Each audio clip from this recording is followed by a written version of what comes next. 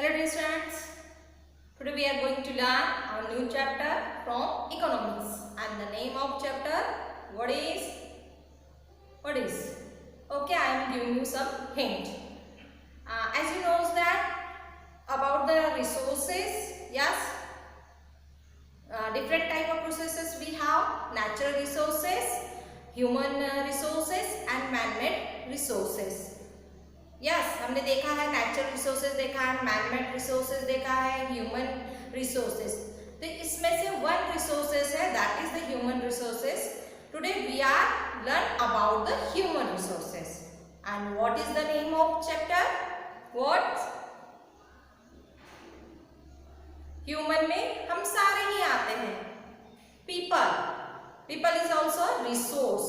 So today's our topic is people as resource.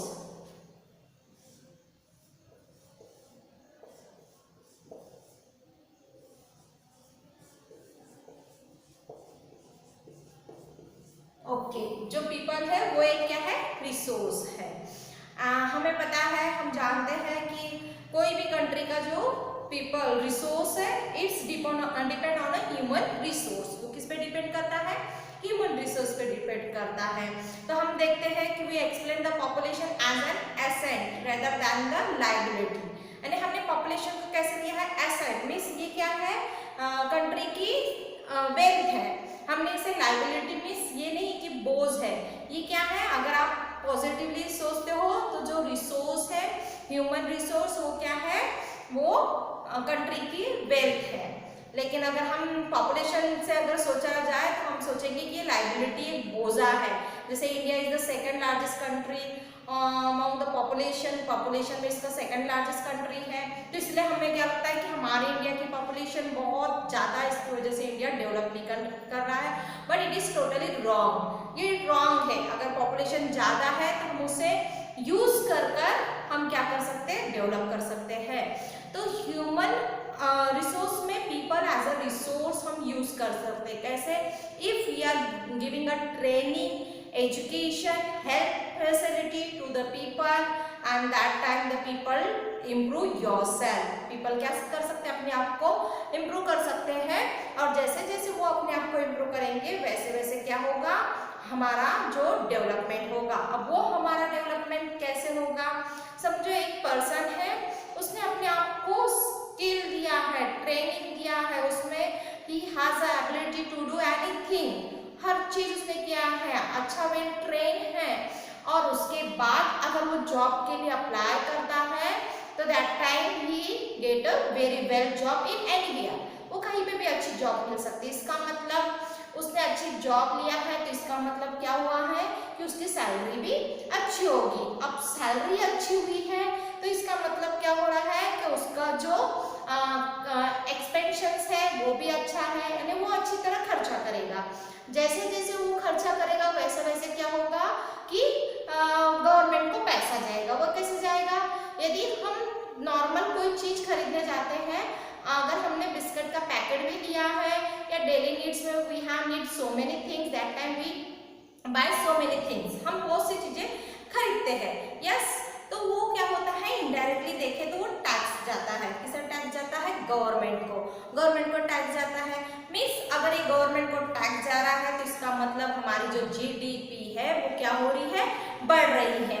Gross development process sorry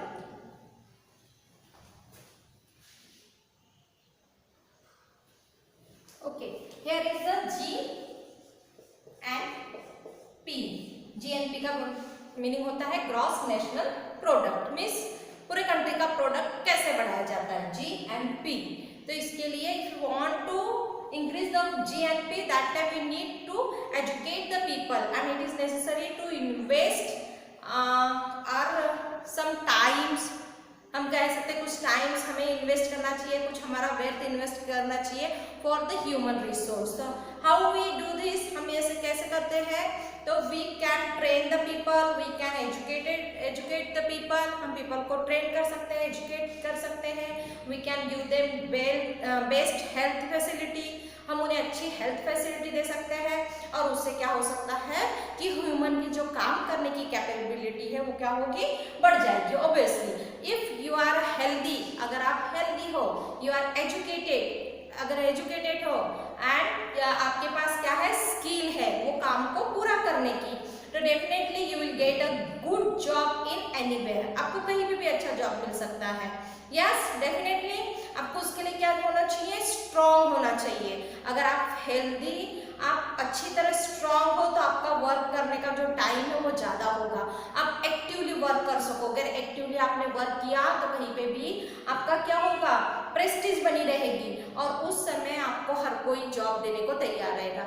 अब सोचिए literate person है, illiterate person, जो illiterate person है वो near about one day wages उसे मिलता है 200-300 ऐसे ही मिलता है, उनका एक दिन का वेजेस देखा जाए तो ज़्यादा नहीं होता, क्योंकि उनका वर्क क्या होता है, वो वर्क एजुकेटेड नहीं होते हैं, स्किलफुल नहीं होता है, उनका वर्क सिर्फ हार्ड वर्क होता है, उसके लिए उन्हें उतना रिटर्न नहीं मिल पाता है।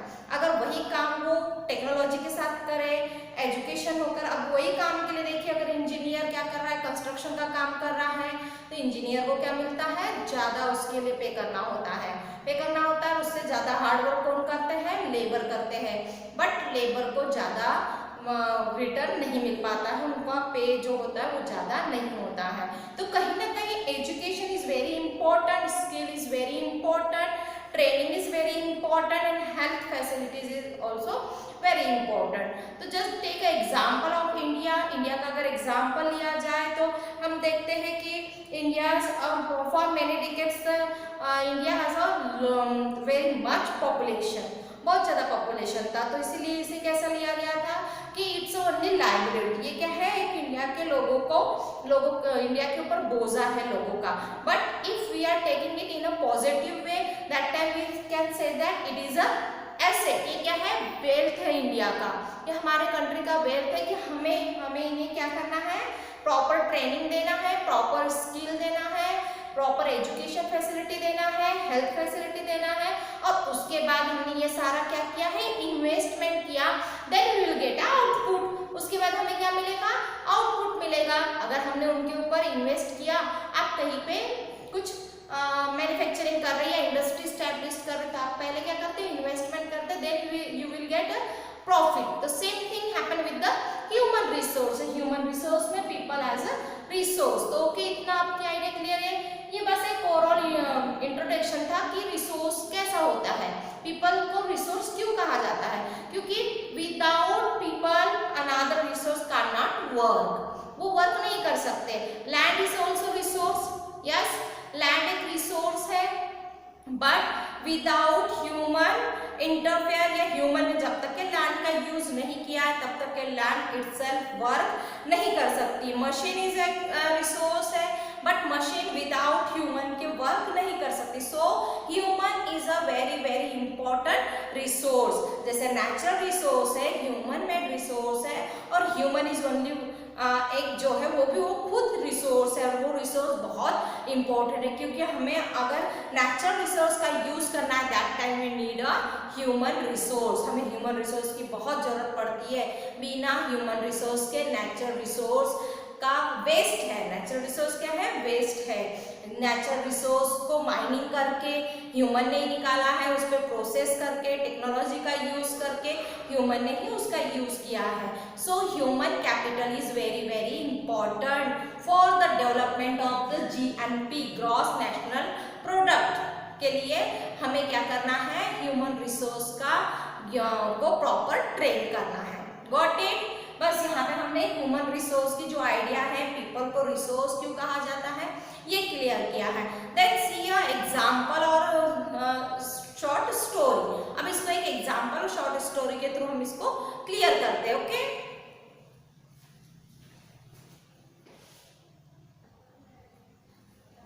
okay, so let us see the story. It is very interesting story about the two friends. They were the two friends, one is Vilas and second is Sakal, and they were living in the both village सीमापुर।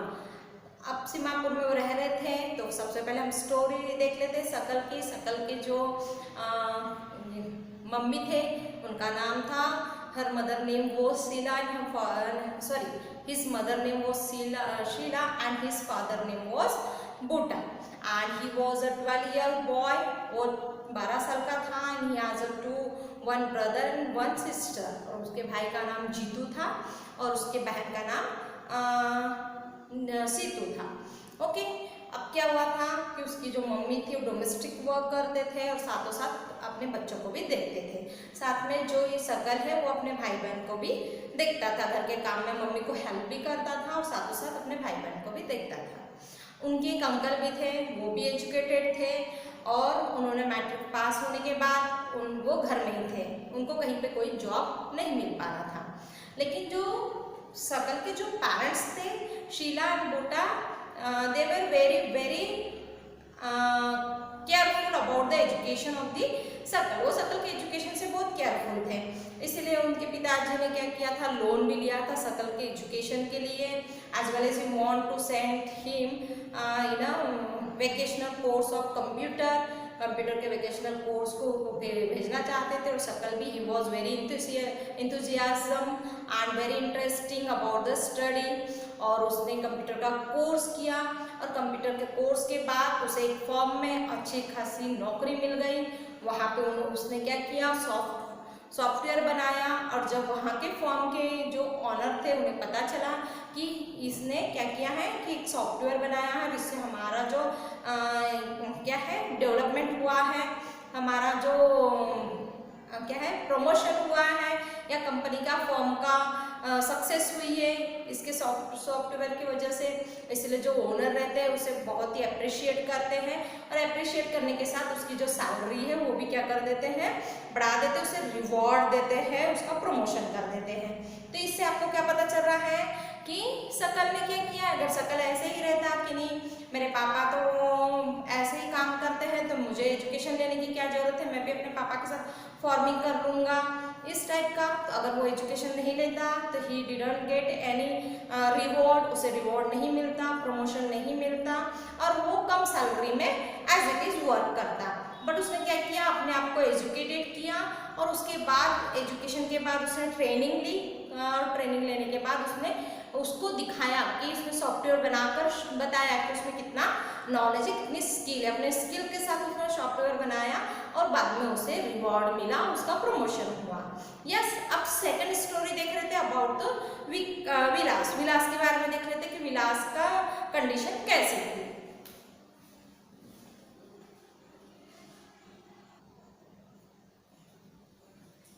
Okay, तो Vilas was an 11-year boy and he was living the same village where the Sakal was living. Okay, then his Vilas' father was a fisherman and he was passed away when the Vilas was 2 years. जब विलास 2 साल का था तभी उसके पापा passed away हो चुके थे। उनकी मम्मी जो थी she was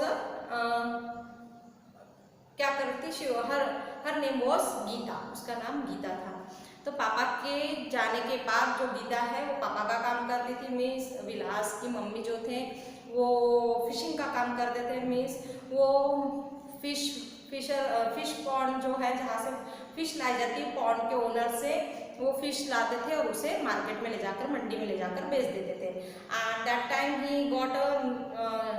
she got a very small amount, 20 or 30 rupees per day, means 20-30 rupees कुछ भी नहीं होता। And Vilas was a patient of arthritis, means arthritis का वो पेशेंट था, उसे मीन्स हमेशा डॉक्टर के पास विजिट देना पड़ता था, but his mother could not afford to take him to the doctor के पास ले जाने में सक्षम नहीं थी उनकी मम्मी। Same he was not able to take a study लेने में भी एबल नहीं था, as well as he was not interesting in a study, वो इंटरेस्ट भी नहीं दिखाता था पढ़ाई में। फिर अचानक suddenly his mother fell sick, उनकी मम्मी बीमार हो गई। तो अब घर की जो सारी रिस्पॉन्सिबिलिटी थी, वैसे उनके छोटा भाई मोहन की रिस्पॉन्सिबिलिटी थी, तो वो रिस्पॉन्सिबिलिटी किस पे आई, विलास पे आई, because no one was there to help them, वहाँ पे कोई भी नहीं था कि जो उसे हेल्प कर सके। तो सेम जो काम था मम्मी का कि पॉन्ड से, जो पॉन्ड का ओनर है उनसे फिश लेना, उसे मंडी में ले जाकर बेचना, तो सेम जो ऑक्यूपेशन किसने किया था, विलास ने किया था। मीन्स विलास ने स्टडी नहीं ली थी और वो पेशेंट भी था, उसको फ्रिक्वेंटली डॉक्टर को विजिट देना पड़ता था और उसने अपने मम्मी का काम किया कि उसको, तो सेम जो इनकम मम्मी को मिलती थी 20 और 30 रुपीज़, सेम इनकम विलास को भी मिलने लगी। तो इससे आपको क्या समझ में आता है कि एक साइड में शकल है और एक साइड में विलास है। तो हमने देखा कि दोनों केस में शकल was educated, he was healthy strong, वो हेल्दी स्ट्रॉन्ग था, देन ही उसमें बहुत स्किल थी, तो उसने अपने आप को डेवलप किया और इस इकोनॉमिकली साथ में उसने अपने आप को डेवलप किया करके वो इकोनॉमिकली भी डेवलप हुआ, उसको अच्छे प्राइवेट फर्म में काम मिल गया। अनदर साइड में अगर आप सोचोगे विलास के बारे में, तो विलास एजुकेटेड नहीं था, इलिटरेट था, सेम वो पेशेंट भी था, हेल्दी स्ट्रॉन्ग नहीं था, हेल्दी वो वीक था और उसकी वजह से वो कुछ कर भी नहीं पा रहा था, उसको अपने जो मम्मी का जो है ऑक्यूपेशन फिशिंग का वही उसे करना पड़ा और वो सेम उसे इनकम मिलती थी जो उसकी मम्मी को मिलती थी 20 या 30 रुपीज़। तो जो शकल था उसके पास चांसेस थे कि वो अपने आप को और डेवलप कर सकता था और अपने आप को और प्रमोशन दिला सकता था। बट इन केस ऑफ विकास, आपने देखा विकास के केस में कि हियर इज नो चांस, यहाँ पे कोई भी चांस नहीं है विलास को अपने आप को प्रूफ करने का, क्योंकि उसका बिजनेस, उसका जो ऑक्यूपेशन था वही था कि फिशिंग करना, मंडी में ले जाकर बेच देना। तो इसमें वो अपने आप को डेवलप नहीं कर सका था, इसलिए उसकी इकोनॉमिकली डेवलपमेंट भी नहीं हुआ था, वो एज इट इज था। लेकिन वहीं पे देखा जाए तो सर्कल वो डे बाय डे क्या कर रहा था, अपने आप को इम्प्रूव कर रहा था और इसकी वजह से उसकी सैलरी भी बढ़ रही थी, उसका प्रमोशन हो रहा था। तो यही फायदा होता है कि हम अगर एजुकेशन लेते हैं, हम ट्रेनिंग लेते हैं, हम अपने आप में कुछ स्किल रखते हैं, तो डेफिनेटली हमें कहीं ना कहीं अच्छी जॉब जरूर मिलती है। अगर हम कहीं पे भी पढ़ाई नहीं करते हैं, हम इलिटरेट बैठे रहते हैं, हमें पता है कि हमारे पिताजी का बिजनेस है, हमें उसे ही चलाना है, अपने फादर का जो बिजनेस है, but that time you need a skill, आपको स्किल की जरूरत है, आप हेल्थली स्ट्रॉन्ग होना बहुत जरूरी है, तभी आप वो बिजनेस को आगे बढ़ाओगे। अदरवाइज जो बिजनेस बनाया है आप उसको भी क्या कर दोगे, ठप कर दोगे बिजनेस को। तो इसके वजह से education is must, then health facility is must, training is also must, skill is also must। Means ये सारी चीजें अपने आप में बहुत मायने रखती है। That is the investment on the human resource. ये क्या है, इन्वेस्टमेंट है, किसके ऊपर किया है हमने, ह्यूमन रिसोर्स के ऊपर इन्वेस्टमेंट किया है, just giving them education and medical facility and can you give the high rates return in the future. और उसका आपको फ्यूचर में हाई रेट्स मिलता है कि अगर आपने आज इन्वेस्ट किया, आज आप स्टडी कर रहे हो, अपने ऊपर आपके पेरेंट्स इन्वेस्ट कर रहे हैं, डेफिनेटली फ्यूचर में वो इन्वेस्टमेंट काम आएगा और फ्यूचर में उसका अच्छा खासा रिटर्न आपको मिलेगा। This investment on the people is the same as investment in land and capital. ये इन्वेस्टमेंट सेम इन्वेस्टमेंट है जो हम लैंड पे करते हैं, जो हम कैपिटल पे करते हैं, सेम इन्वेस्टमेंट है। बट लैंड एंड कैपिटल पे विदाउट ह्यूमन इन्वेस्टमेंट या विदाउट ह्यूमन के वर्क नहीं कर सकते, करके सबसे ज्यादा फोकस हमें किसके ऊपर करना है, सबसे ज्यादा फोकस हमें ह्यूमन रिसोर्स के ऊपर करना है। Okay,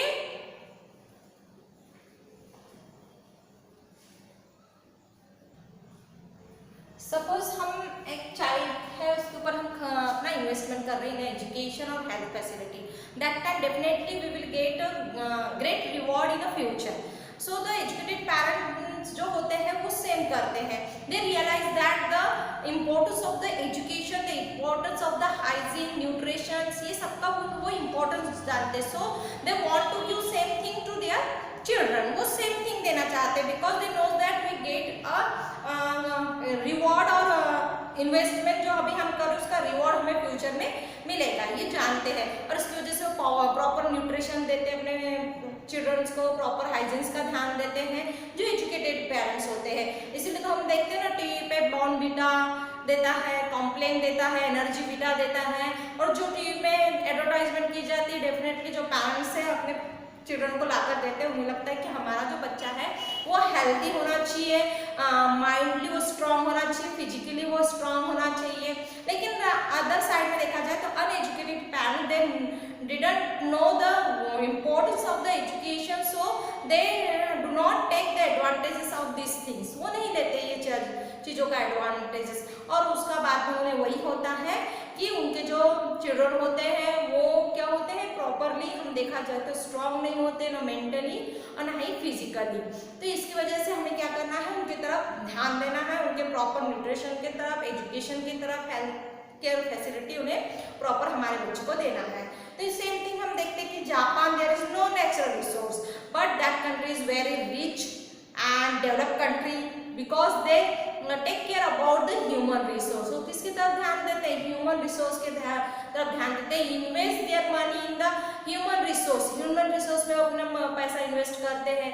they give them proper education, proper health facility and they import the natural resource. वो नेचुरल रिसोर्स का इंपोर्ट करते हैं, उनके पास नेचुरल रिसोर्स बिल्कुल भी नहीं है, बट वो नेचुरल रिसोर्स का यूज करके वो क्या करते हैं, अपने आप को डेवलप करते हैं। तो नेचुरल रिसोर्स का यूज उन्होंने किसके थ्रू किया है, human resource. And that time वो क्या करते हैं, ह्यूमन रिसोर्स को एजुकेशन देते हैं, ट्रेनिंग देते हैं कि ये जो नेचुरल रिसोर्स हमने इंपोर्ट कराया है तो how can we use it, हम इसका यूज कैसे करते हैं, कर पाएंगे, और वो करके वो अपने आप को डेवलप करते हैं। आज हम देखते हैं हर किसी को पता है जापान के बारे में, it's a very rich and develop country, बहुत रिच और डेवलप कंट्री है, जबकि वहाँ पे नेचुरल रिसोर्स नहीं है। तो ये है इम्पोर्टेंस ऑफ ह्यूमन रिसोर्स, ये इम्पोर्टेंस है ह्यूमन रिसोर्स का, ये हमें रियलाइज होना चाहिए। जैसे हम देखते हैं कि हमारे कंट्री में यदि पॉपुलेशन भी ज़्यादा है लेकिन यंग पॉपुलेशन अगर ज़्यादा है तो definitely we use that young population for the development of the country. हम वो यंग पॉपुलेशन का यूज किसके लिए कर सकते हैं, हमारे कंट्री को डेवलप करने के लिए। तो ये ऐसे जो है हमने क्या किया है, इनके ऊपर इन्वेस्ट किया है, एजुकेशन के ऊपर, ट्रेनिंग के ऊपर इन्वेस्ट किया है, जो ह्यूमन रिसोर्स के लिए बहुत जरूरी है। ओके, तो इस तरीके से हमने ह्यूमन रिसोर्स को अच्छी तरह एक्सप्लेन किया है। हमने यहाँ पे दोनों स्टोरी के थ्रू भी देखा कि क्या बेनिफिट होता है एजुकेशन का, ट्रेनिंग का, हेल्थ फैसिलिटी का, उससे आप कैसे इकोनॉमिक डेवलपमेंट अपना कर सकते हो। Then we will meet to our next video with our new subtopic. Thank you very much.